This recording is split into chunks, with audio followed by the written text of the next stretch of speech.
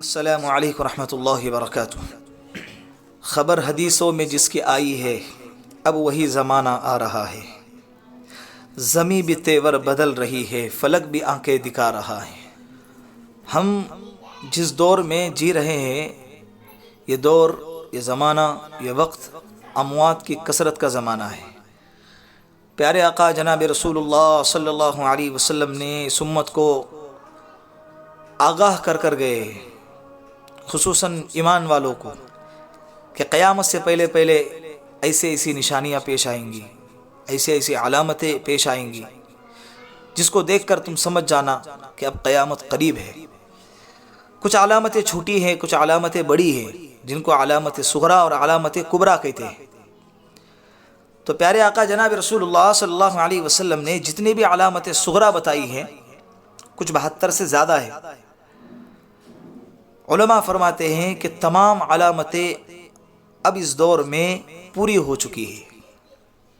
تو ان علامتوں میں ایک علامت اللہ کے رسول نے یہ فرمائی کہ موت کثرت سے واقع ہوں گی۔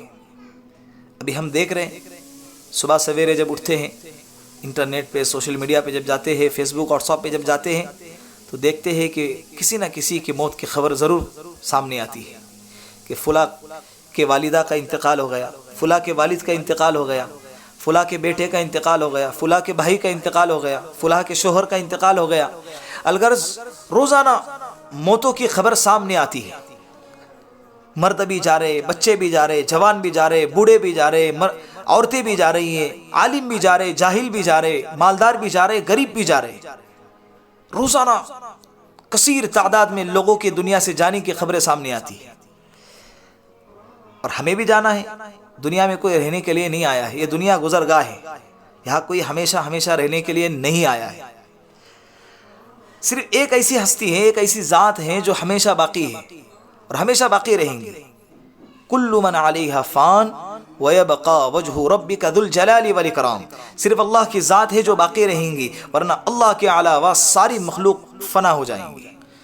تو لہٰذا ہم کو اللہ سے ہر وقت دعا کرنی چاہیے کہ اے اللہ، موت سے پہلے موت کی تیاری کرنے کی ہمیں توفیق عطا فرما، اور ہمارا خاتمہ ایمان پر فرما۔ اس لیے کہ یہ بول کر نہیں آتی، اطلاع دے کر نہیں آتی ہے، خبر دے کر نہیں آتی ہے، کبھی بھی اچانک آئیں گے اور اٹھا کر لے چلیں گے۔ انسان غفلت میں اور بے خبری میں زندگی گزار رہا ہوتا ہے، اور بڑے اونچے لمبے زندگی کے خواب دیکھ رہا ہوتا ہے۔ 40-50 سال کے بعد کے طویل خواب دیکھتا ہے، لیکن اسے پتہ بھی نہیں کہ وہ 40 دن بھی زندہ رہنے والا نہیں ہے۔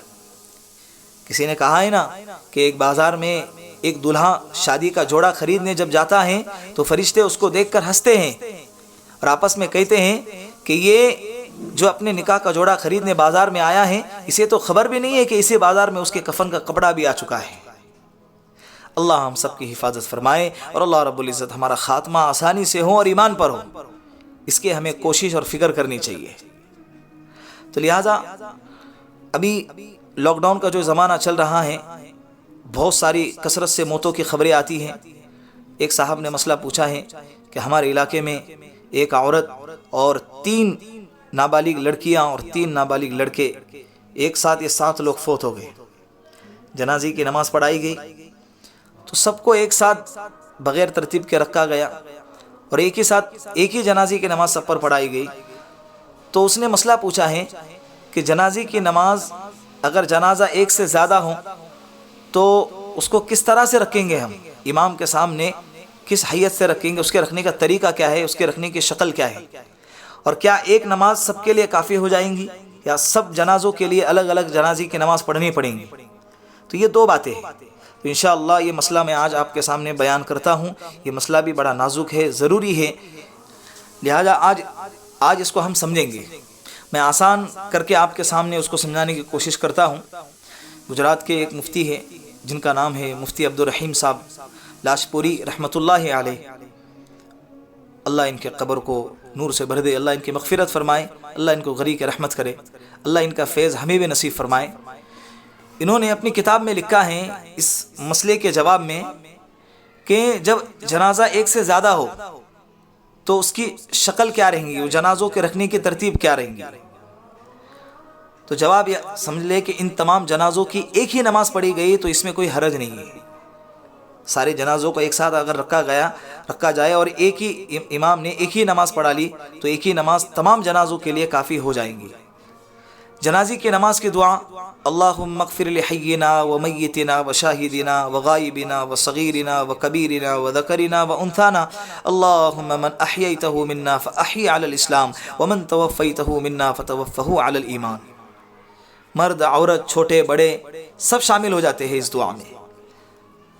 البتہ اسی صورت میں بہتر اور افضل یہ تھا کہ ہر ایک کی نماز جنازہ الگ الگ پڑھی جاتی، اور جو میت افضل تھا اس کی نماز پہلے پڑھی جاتی، پھر اس سے کم افضل کی، پھر اس سے کم افضل کی.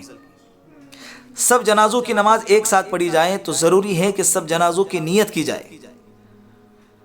الگ الگ پڑھنا بھی جائز، ایک ساتھ پڑھنا بھی جائز، لیکن افضل صورت کیا بتائی گئی کہ الگ الگ پڑھا جائے.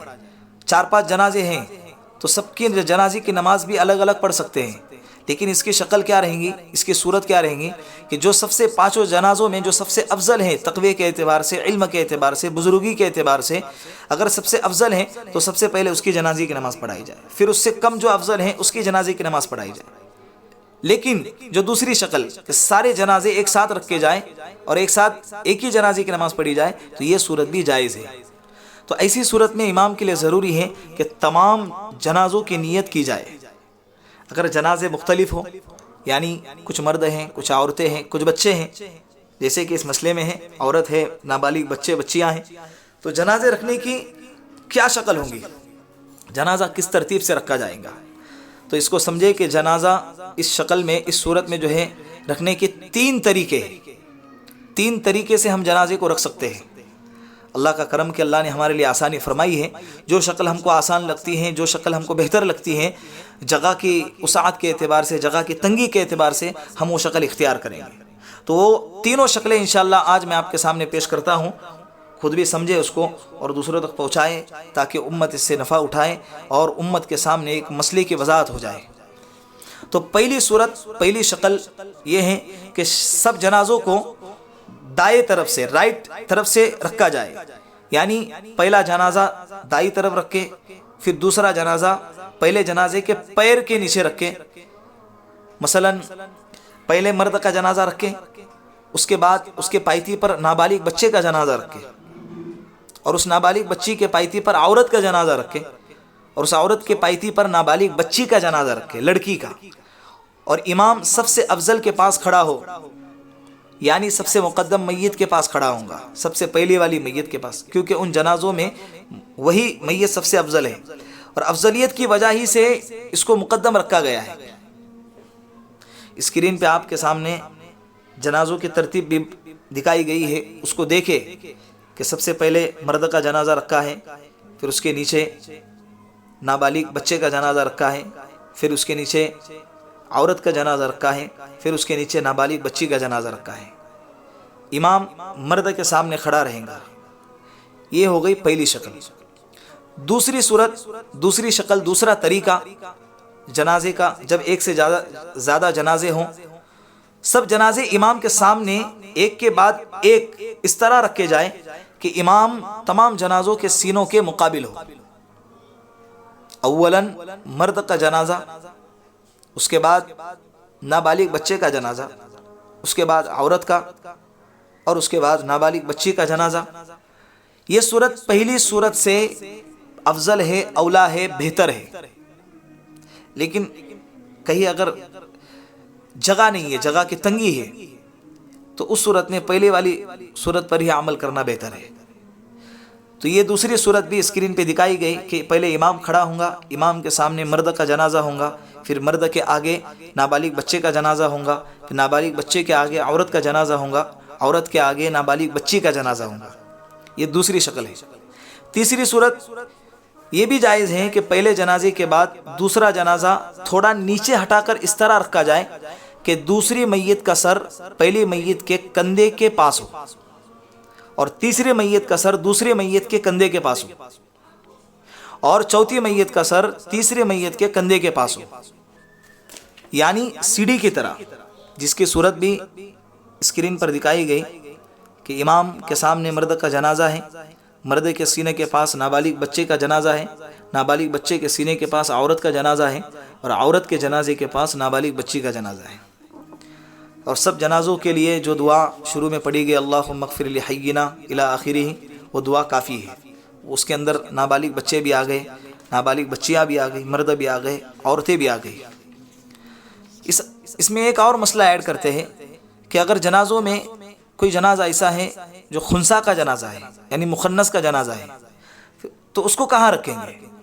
تو یاد رکھیں کہ خنثی کا جنازہ ہو تو عورت کے جنازے سے پہلے اس کا جنازہ رکھا جائے، پھر عورت کا جنازہ رکھا جائے، یعنی مرد کے نیچے نابالغ بچے کا جنازہ لڑکے کا، پھر نابالغ لڑکے کے جنازے کے نیچے خنثی یعنی مخنث کا جنازہ رکھا جائے، پھر اس کے بعد عورت کا جنازہ رکھا جائے۔ اللہ رب العزت ان مسائل کو سمجھ کر عمل کرنے کی توفیق عطا فرمائے۔